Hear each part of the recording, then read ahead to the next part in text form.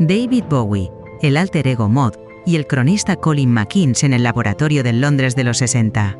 Exégesis del tema central, el amanecer del camaleón, consumismo y estética en la génesis de Davy Jones. Este episodio no se limita a recrear una biografía. Perfora la superficie de los acontecimientos para extraer el código fuente de la identidad bowiana a través de su primera máscara operativa, el Mod. Ambientado en el Londres de 1967, en ese interregno entre la explosión juvenil de la posguerra y la autoconciencia psicodélica que estaba por llegar, el relato desarticula la metamorfosis del adolescente convencional en el sujeto posmoderno, aquel que descubre que la moda y el consumo no son meros ornamentos, sino herramientas de insurgencia existencial. La colisión intelectual que dramatizamos entre Colin McInnes, el observador sociológico que cartografió la tribu, y Davy Jones, el ejecutor estético que la encarnaría para trascenderla, revela la verdadera naturaleza del movimiento Mod. No fue una simple tendencia de scooters lambreta, parcas y anfetaminas para bailar toda la noche en el Sin Club. Fue, en esencia, una respuesta sintomática al vacío ontológico dejado por la posguerra. Una generación que no había vivido el conflicto armado pero heredaba sus ruinas físicas y morales, necesitaba construirse una identidad ex nihilo. Y la encontraron en el único material disponible: los objetos, las telas y los sonidos que el incipiente capitalismo de consumo ponía a su disposición. Davy Jones, el joven de Bromley, absorbe esta lección con la porosidad del genio. Su presencia en el diálogo imaginario con McInnes no es pasiva. Es la de un medium que recibe señales y las transforma en algoritmo estético. Donde McInnes veía un fenómeno social digno de ser narrado, Davy intuye un manual de instrucciones para la supervivencia simbólica. A través del análisis de su entonces reciente single, The Laughing Gnome, el episodio desvela la fragmentación psíquica temprana del artista.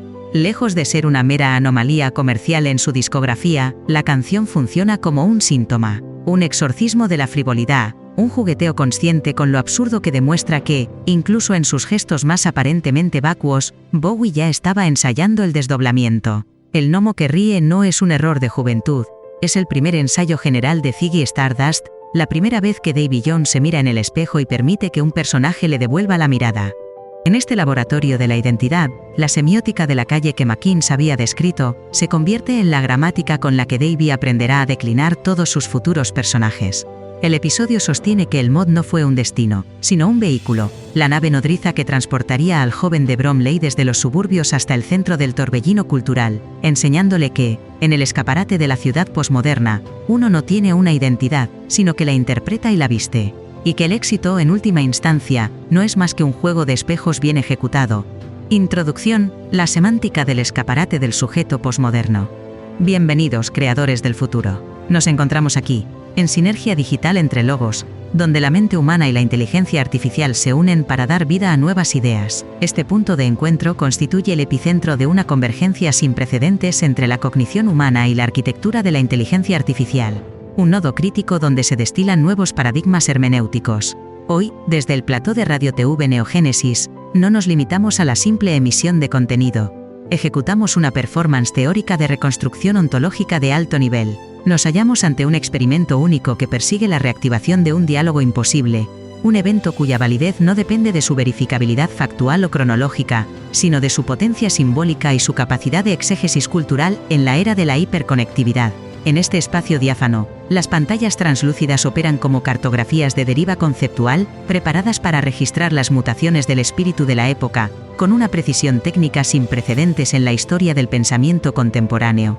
Frente a nosotros, dos entidades holográficas adquieren una consistencia casi táctil, convocadas desde los estratos del archivo histórico para encarnar el amanecer de una de las transformaciones sociológicas más profundas del siglo XX. El primer interlocutor es Colin McInnes, el cronista cuya mirada penetrante supo auscultar el latido de una nueva categoría antropológica mediante su obra Absolute Beginners de 1959. McInnes no solo identificó al adolescente como una fase biológica, sino que lo consagró como un sujeto económico y estético soberano. Fue él quien detectó que el joven ya no era un adulto en formación, sino un actor fundamental en la nueva semántica del escaparate posmoderno, que comenzaba a configurarse en las calles de un Londres en plena ebullición creativa y ruptura de clases. A su lado, la proyección nos presenta a un joven de 20 años cuya presencia irradia una ambición voraz y una curiosidad insaciable que trasciende su tiempo y su espacio. Se trata de Davy Jones, un aspirante a músico procedente de Bromley, vestido con la precisión quirúrgica de un traje ajustado y un peinado perfectamente disciplinado en su geometría. Este principiante absoluto, que el mundo canonizará posteriormente bajo el nombre de David Bowie, se inclina hacia adelante no con la sumisión de un discípulo, sino con la agudeza de un receptor de señales de alta fidelidad. Él encarna la transición del mod como tribu urbana hacia el artista como concepto proteico y camaleónico, capaz de absorber toda la iconografía de su tiempo para devolverla transformada en un producto cultural de vanguardia.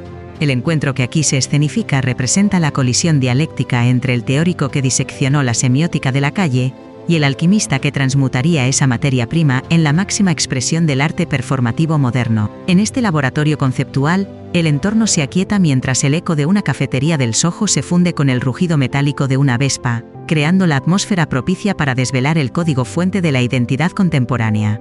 La conversación que se desarrolla a continuación analiza cómo la moda y el consumo dejaron de ser meras industrias de objetos para transformarse en herramientas de insurgencia existencial y lenguajes de autoconstrucción subjetiva. Es un análisis profundo sobre cómo el individuo se narra a sí mismo a través del estilo y la puesta en escena pública. Exploraremos cómo este sujeto emergente utiliza el escaparate urbano como un lienzo de significación, donde el estilo se convierte en un acto político y la estética en una forma de resistencia ante la homogeneización de la cultura de masas tradicional. El joven Jones y el veterano Mackins dialogan en una frecuencia que rompe la linealidad del tiempo, permitiéndonos comprender que la posmodernidad no nació en los libros de filosofía, sino en la elección de una corbata, en el ritmo de un disco importado y en la voluntad de ser alguien distinto cada mañana.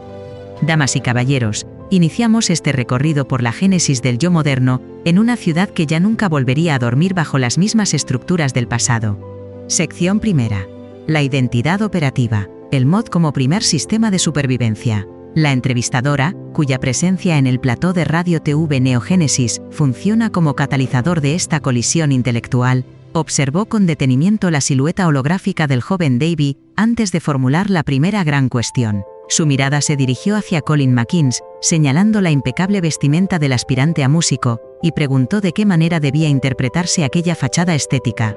No era, puntualizó ella con agudeza, una simple afición adolescente por la indumentaria, sino la primera declaración de principios de un artista en gestación. Mackins asintió con gravedad académica y comenzó a diseccionar el fenómeno con la precisión de un antropólogo de lo efímero.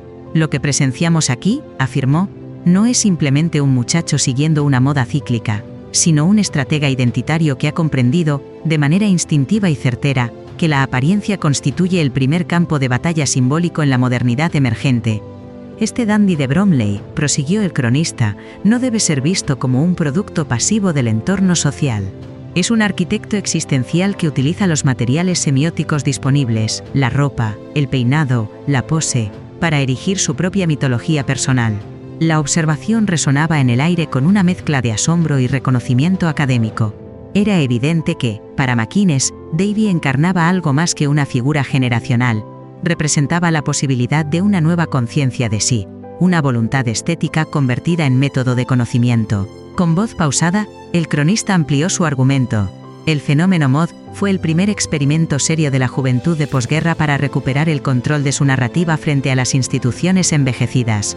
No fue una simple tribu urbana, sino un sistema de supervivencia ontológica surgido de los escombros morales del conflicto bélico.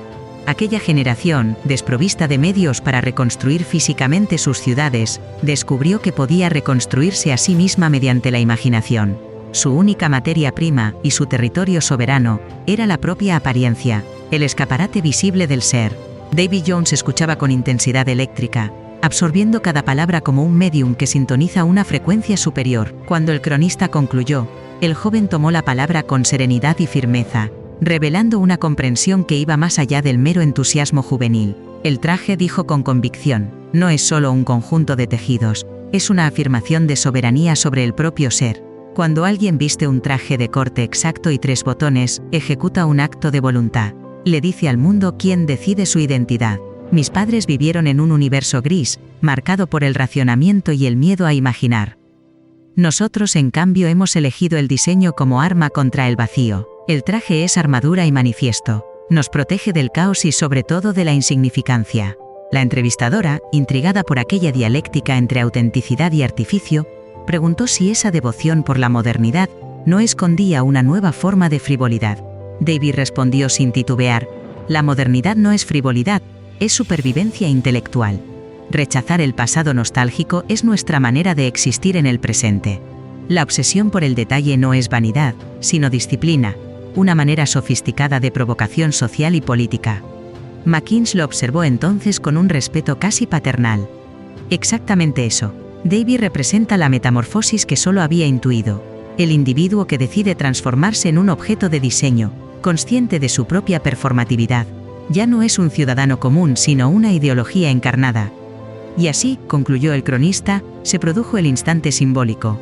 El adolescente que deja de ser una identidad recibida para convertirse en autor de su propio mito. Todo comienza con la ropa, el primer texto que el mundo lee de nosotros, el prólogo visible de una biografía que se escribe con gestos, telas y miradas. Sección segunda. El Londres de los 60 como laboratorio de deseos. La atmósfera en el plató cambió de forma casi imperceptible, como si una vibración nostálgica se infiltrara entre los haces de luz. Las pantallas comenzaron a proyectar imágenes de archivo del Londres de los años 60. Calles adoquinadas cubiertas por la niebla, escaparates luminosos en Carnaby Street, jóvenes con scooters relucientes aparcados frente a cafeterías donde sonaban los Stones. La entrevistadora, con tono de curiosidad metódica, se volvió hacia McInnes y le pidió que contextualizara aquel fenómeno. ¿Qué había convertido a Londres en un laboratorio de deseos tan potente, tan inquieto? McInnes se inclinó ligeramente hacia adelante, como si el recuerdo de aquellas calles aún resonara en su memoria corporal. La caída del imperio, dijo, dejó un vacío colosal en el alma colectiva británica. La gran narrativa de la nación se fragmentó, y ese silencio moral fue llenado por una generación que reclamó su lugar en la historia, no mediante los discursos, sino mediante la imagen. La juventud pidió visibilidad, pero no la exigió en las urnas, la reclamó en los escaparates y en los espejos. Hizo una pausa y añadió con ironía suave: la política, tan preocupada por el consenso, dejó de ofrecer mitos. Entonces el diseño, la música y la moda ocuparon ese espacio vacante. La identidad se volvió una cuestión estética. El joven Davy escuchaba con la atención febril de quien asiste a su propia invención. Asintió antes de intervenir. Exacto. No teníamos un imperio, pero teníamos la libertad de decidir cómo vestirnos. Esa elección, aparentemente trivial, definía nuestro destino. En una época en que todo parecía predeterminado, el estilo era nuestro territorio de emancipación. Su voz se volvió más intensa. Esa capacidad de elección se transformó en un campo de batalla de clases. Un chico de Brixton podía, si conocía el corte exacto del traje o el pulido perfecto del zapato, parecer más elegante que el heredero de Chelsea. La información, ese saber minúsculo sobre qué botón dejar desabrochado, o qué tono de azul representaba la sofisticación, se volvió un capital simbólico más valioso que el dinero heredado. La entrevistadora, intrigada, se inclinó hacia el joven. ¿Y esa movilidad era real, o solo una ilusión óptica? Davy sonrió con astucia. La ilusión óptica es la nueva realidad, respondió. Si tú te percibes digno de ocupar un lugar, y los demás te ven así, las barreras comienzan a disolverse. La apariencia no niega la estructura social, pero la subvierte. El mod no aspiraba a ser rico, aspiraba a ser visible, importante. Su objetivo no era poseer, sino significar. Vivíamos en busca de una épica urbana, prosiguió. Nuestros padres habían tenido fábricas y guerras. Nosotros tuvimos clubes, discos y noches interminables. El ocio se volvió una forma de heroísmo, un modo de afirmación existencial. McInnes asintió, completando la idea con tono analítico. Esa épica del ocio fue la respuesta al confort sin brillo de la posguerra. El estado del bienestar garantizaba estabilidad, pero no daba sentido. El alter ego mod, ese personaje elegante, imperturbable y siempre al filo de la vanguardia, surgió como una estrategia de trascendencia cotidiana. Era la rebelión del consumo, pero no del consumo acumulativo, sino del consumo interpretativo. Cada prenda, cada disco, cada detalle era un signo, una palabra dentro de un lenguaje secreto de distinción y pertenencia. El plató quedó en silencio. En las pantallas seguían desfilando las imágenes del Londres Mod, mientras las voces de los tres parecían fundirse en una sola reflexión, el estilo no como frivolidad, sino como gramática simbólica de una época que aprendió a reinventarse a través del espejo.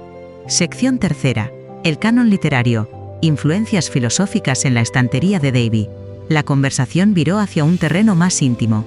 La entrevistadora, notando cómo la biblioteca holográfica cobraba relieve tras ellos, preguntó al joven Davy por los arquitectos invisibles de su pensamiento.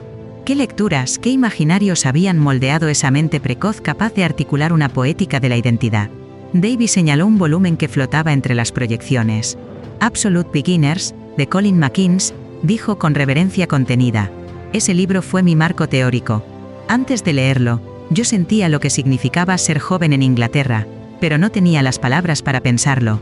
McKeans me dio el lenguaje y, con él, la conciencia. Me enseñó que la juventud no era un accidente biológico, sino una categoría cultural, una nación imaginaria con su propio código moral, sus ritmos y su estética del deseo. McKeans escuchó en silencio, con modestia elegante, aunque en su mirada brillaba el peso de saberse espejo de otra mente en formación. Pero no solo de mí bebiste, Davy, replicó con suavidad. El joven asintió. Por supuesto, cada parte de mí procede de otra lectura, de otra revuelta. Los Angry Young Men me enseñaron el escepticismo, esa desconfianza estructural hacia el sistema británico que te empuja a escapar de Bromley, de su confortable mediocridad. Y más al fondo estaban los existencialistas, filtrándose desde los cafés del Soho, Sartre, Camus, Kierkegaard, la idea de que estamos condenados a ser libres, de que la esencia no precede a la existencia, y de que cada uno debe construirse a sí mismo desde el vacío. Esa premisa dura pero luminosa, resonaba en mí más que cualquier melodía. La entrevistadora se inclinó hacia adelante.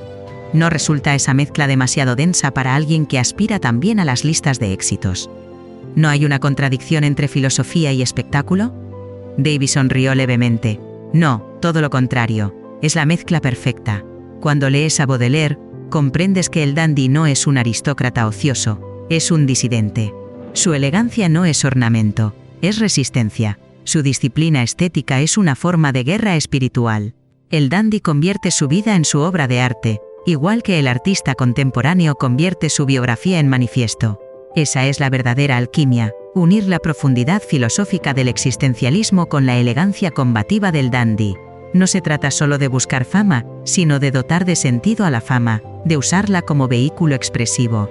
McKeans asintió, fascinado por la capacidad de síntesis del joven músico. Lo que describes, dijo con tono reflexivo, es la transformación del artista en estratega cultural.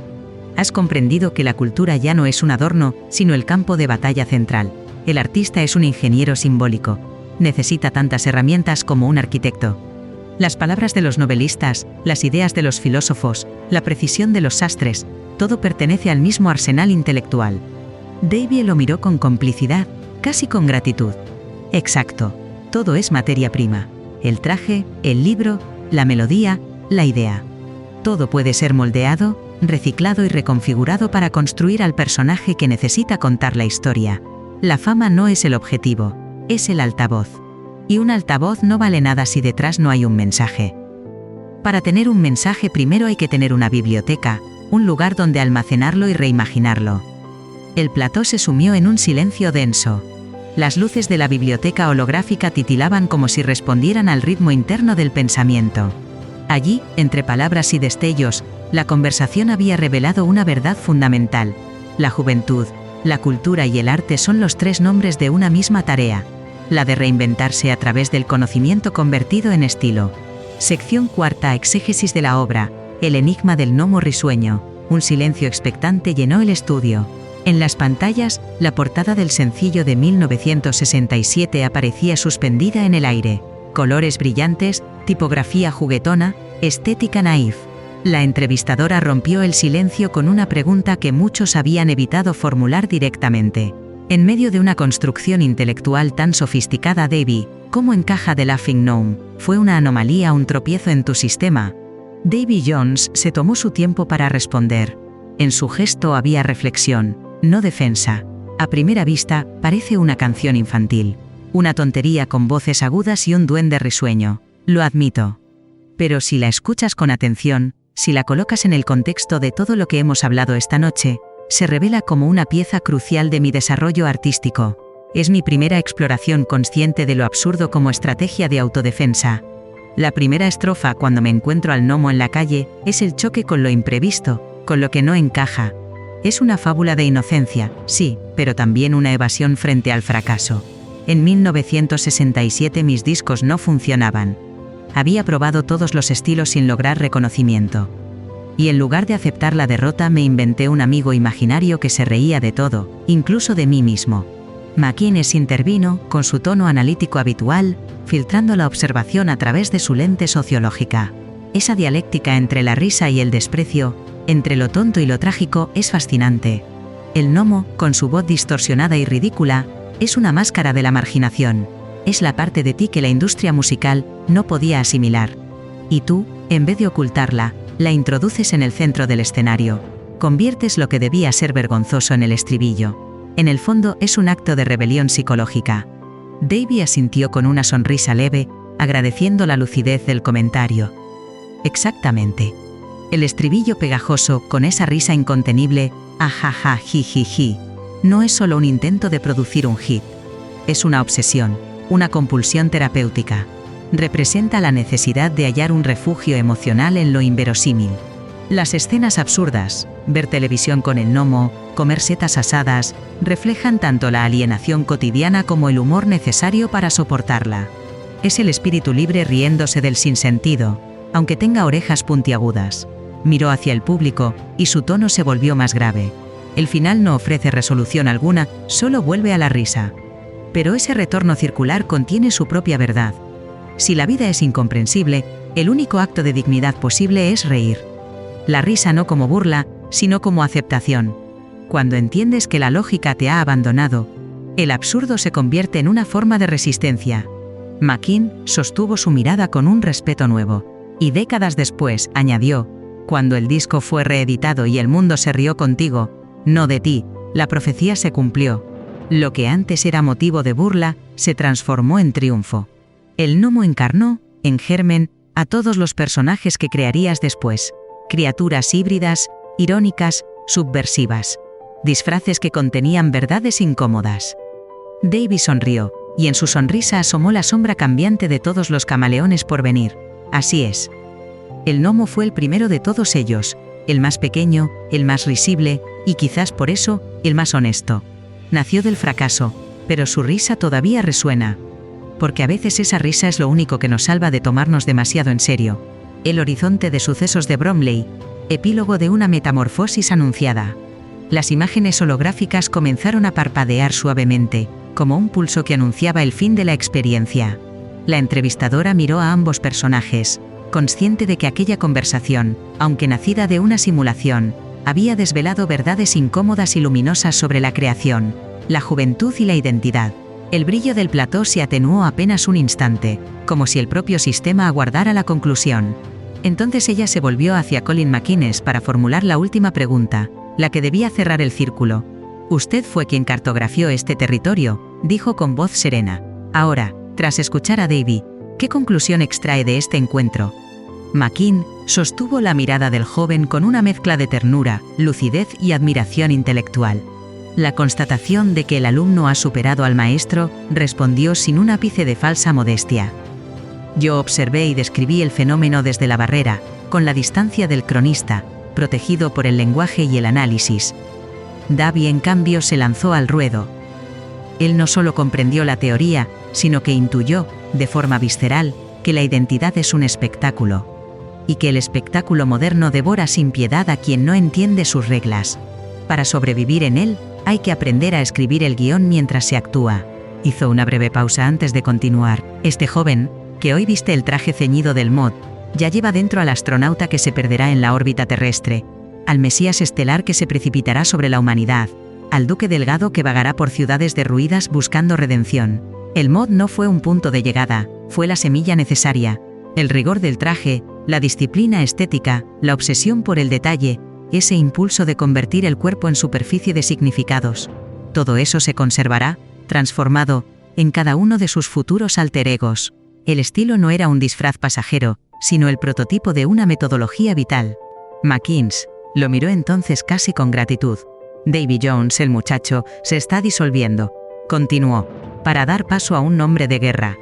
Y ese nombre, David Bowie, dominará las décadas siguientes, precisamente porque ha aprendido, en estos años de formación, que la autenticidad no es un estado fijo, sino una búsqueda perpetua a través de máscaras sucesivas. Cada personaje que adopte será a la vez verdad y ficción, refugio y riesgo. Pero en esa metamorfosis continua, residirá su sinceridad más profunda. Davy escuchaba en silencio, y en sus ojos brillaba una luz mezcla de gratitud, vértigo y reconocimiento. «No es fácil ser visto», murmuró al fin, con una humildad que contrastaba con la seguridad de su discurso previo. «¿Y usted me ha visto, Colin? Me ha visto no solo como soy ahora, sino como podría llegar a ser». Esa mirada que atraviesa el presente y alcanza las posibilidades futuras era, para él, el verdadero regalo de aquella conversación. La entrevistadora tomó de nuevo la palabra para conducir el cierre, mientras la imagen del joven Davy comenzaba a desmaterializarse, y, en una última secuencia holográfica, se le mostraba caminando por una calle de Londres que se abría hacia un horizonte estrellado. Su Vespa quedaba atrás, apoyada en una acera húmeda, convertida en reliquia de una época concreta. Él, en cambio, avanzaba a pie, ligero, como si cada paso fuera un ensayo de la siguiente vida que encarnaría.